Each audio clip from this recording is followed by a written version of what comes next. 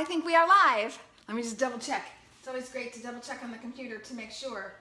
And it's true, it's going live. Hi everybody, so it's Wednesday. I am not late today, and I'm actually here. So I know during the summer I've been on vacay and doing a couple other things, but otherwise religiously I am here Wednesdays. Elysabeth Alfano, Food for Thought, Life Lessons from My Vegan Kitchen, every Wednesday, 11:45 PST and 1:45 Chicago Standard Time.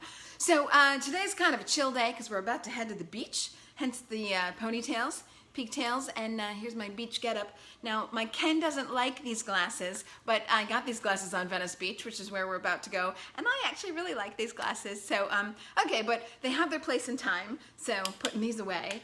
Food for Thought, Life Lessons from My Vegan Kitchen. So every Wednesday I go over some fantastic recipe that you didn't know existed, and a really hopefully helpful life lesson. Certainly what I'm working on this week, and maybe it applies to you too, and if not, tuck it away because it will, I guarantee you, apply at some point. Okay, so first, what are we making today? What have I made? Well, I have a fig tree. Hey ho, people. I didn't know it was possible. Look at these figs. Aren't they so gorgeous? And I have to say, I love to eat figs raw. I pick these off my tree. I get on a chair, pick these off my tree. Look at that beautiful fig. And I just eat them raw. It's so good. So much sugar. And so much sugar. Which I love. But then, what I did is I decided, because I have so many figs, like I'm giving them to neighbors, and I just have so many figs everywhere, I decided to make fig bread. It's that I had figs and I wanted to make something and I didn't know exactly what to make, and then fig bread is what happened. So in the end, it came out looking like this. It's kind of like a pudding bread brownie thing. And what I did was, I took all my figs, you saw how beautiful and pretty they are, put them in a Cuisinart blender thing, blended them, no big deal. I used about a half a can. I had 2 things of these, super full. And then I used about half a can of handy dandy coconut milk, which really is my savior for all things. So I put in some coconut milk, about half a can, little bit of vanilla, because hey, what the heck, people. And then oh my word, did I forget the, holy cow. I'll be right back. Going to my fridge. Hold on. Be right back. There it is. So then I wanted to make it crunchy because I didn't want it to just be like old people food, right? So I took some wonderful pecans and I used vegan butter. This thing is coconut oil, vegan, no soy, anyway, no dairy. So I used vegan butter and maple syrup. And so I candied my own pecans, which is wonderful. And then I put those also in the blender. So I had the coconut milk and the figs and all of my candied pecans, and they were in the blender. And then I wanted to, and then very brown bananas. So I like my bananas super brown. Don't throw them out because they're very handy when they're brown because they're the most sugar in those. So I used that, and so now I've got bananas, vanilla, candied pecans, figs, and coconut milk. Then I also threw in some graham crackers because it was getting too liquidy and I wanted it to hold together, and I wasn't sure how that was gonna go because I don't use a recipe, as you guys know, and because I'm just kind of winging it. So I threw some graham crackers in, which was great. And then I made my own graham cracker crust. So I threw graham crackers in, so now you've got all this kind of thick porridge kind of thing going on in my Cuisinart. And then I took my handy dandy stove dish and I laid it with a layer of graham cracker crust that I made myself. So I have the graham crackers and I pulverized those into just crumbs, and then I poured in some vegan butter that I melted, and I had this really gooey graham cracker dough-like thing that I could meld to the sides of the bowl. And so you can see on this piece of bread, you see that lower layer? That's all graham cracker crust. You see that? Yummy. So then I had my graham cracker crust on the bottom. I poured in the stuff. I put it in the oven about 325 for about 30 minutes. Went to watch a movie, came back, and it was done. And I'm telling you, it's very good. So here's the thing that I like about cooking is that to me it's always like chemistry in my kitchen. Just you never know how it's going to shake out. That's a very big bite. You never know how it's going to shake out.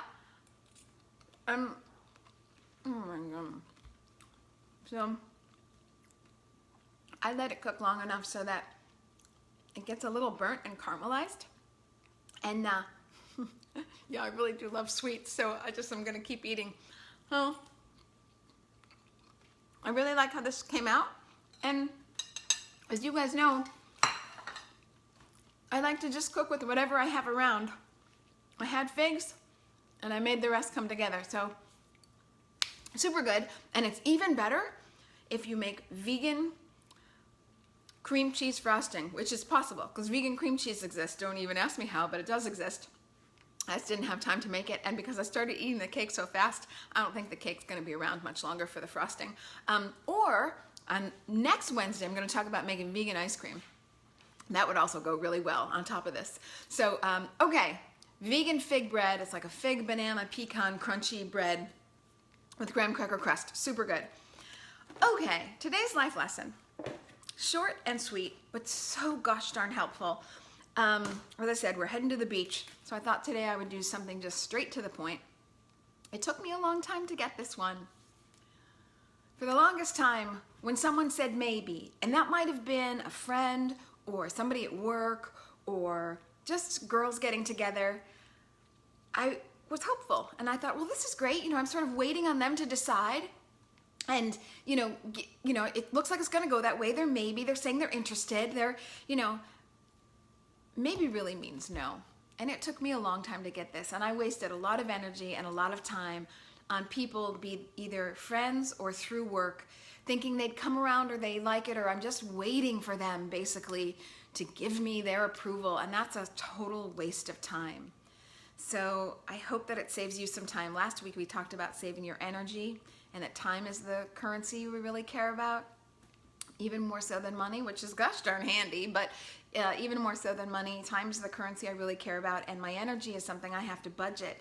So you're going to save a lot of time and get back a lot of energy if you just don't waste it on people who are stringing you along with maybe, because I have found that maybe is really code for no. And if you don't work with people who get the vision, if people aren't dying to meet you for coffee and drinks and totally on board for scheduling something, and they're not totally into the project that you're working on at work or with your boss, or even if you're an entrepreneur, you're launching something new, people don't get the vision and they're hemming and hawing and they're saying maybe, get the heck out of Dodge and move on. Go work with someone who gets the vision. Maybe means no. Okay, people, I'm out of here because we're heading to the beach, putting back on my beach glasses, my Venice Heart beach glasses. I hope everyone has a wonderful holiday. I'm taking off tomorrow and Friday and Tuesday. And I'm not even going anywhere. I'm just taking it off because if there's a chance to rest and not work like a mad person, I highly recommend we all do it. So everybody have a great weekend, a great holiday weekend. Go try to make some fig bread. By the way, if you don't have a fig tree, because that's what made this all possible, you could probably do it with other fruit. So you could make this any kind of fruit bread, and I think it would work out as long as the fruit isn't too runny or juicy. Like not a citrus, that's probably going to be too much juice, but you could do it with any kind of, like a plum would probably work, or any sort of meaty fruit, we'll say. Okay, that's it. Thanks for joining me on Life Lessons from my Vegan Kitchen, Food for Thought, and I will see everybody next Wednesday after the holiday, when I guess we're kind of kicking off fall. And thanks for being vegan, folks. Remember, go vegan. Bye.